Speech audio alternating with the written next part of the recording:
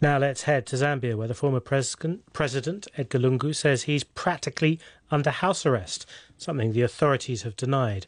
Mr. Lungu had retired from politics in 2021, but announced his return to the political fray last October.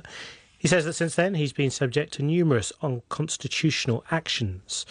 While denying targeting Mr. Lungu, the police chief said the former president would be summoned to explain his statement that there could be a change of government in Zambia before the 2026 general election.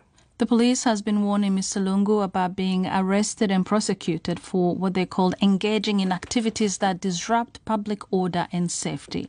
Meanwhile, Human Rights Watch has expressed serious concerns on the right to freedom of speech in Zambia. Well, the former president, Edward Lungu, is on the phone now and joins us from the capital, Lusaka. Good morning to you and welcome to the program. When you say you are virtually under house arrest, Mr. President, what do you mean? Well, virtually I am under house arrest in the sense that I cannot move out of my house without being accosted and challenged by the police and driving me back home. They took me out of a plane where I was supposed to have traveled for a conference just recently. The other time they refused to let me go for medication.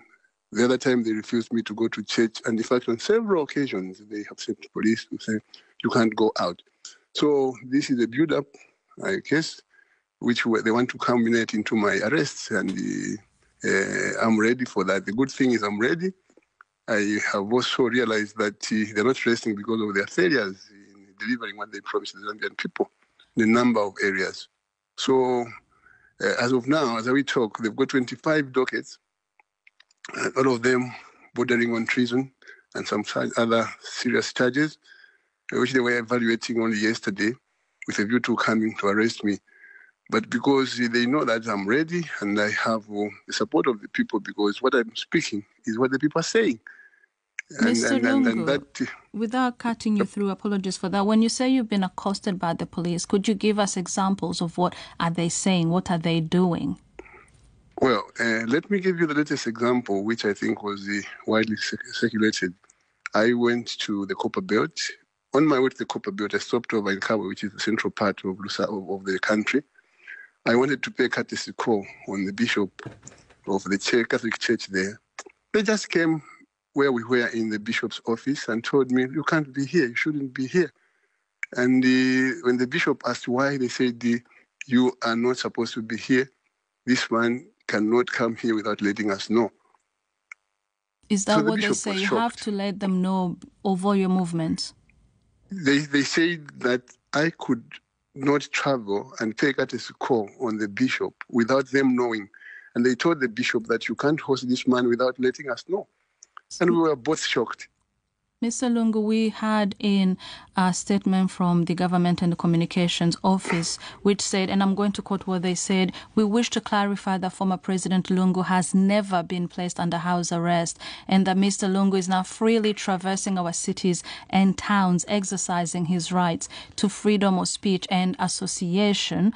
I wonder then, when you talk about unconstitutional actions against you that you're subjected to, what do you concretely point to?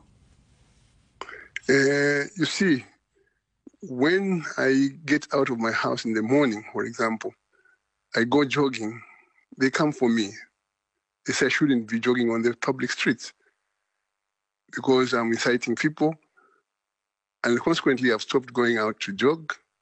It's a typical example. I go to church in the morning. Yep. Do you see I go to church in the morning. Do you think this is a way to block you? Because that's what you're sounding like. You're saying that this is to block you from speaking to people, from returning to politics. Well, I've returned to politics. There's no doubt about it. That I have, and I've made it very clear. And I'm saying I'm ready to face the consequences of coming back to politics. There's no doubt about it. And they know, and it's not a hidden matter. But I would like to have access to the freedoms enshrined in my constitution, like any other Zambian. Mr. President, as a former head of state, do you still enjoy police protection at your home with you when you travel? No, I don't have. They withdrew basically everything. All the entitlements of a retired president have been withdrawn. I have a ragtag security system which I have made myself, and I have to pay for it from my own resources, right?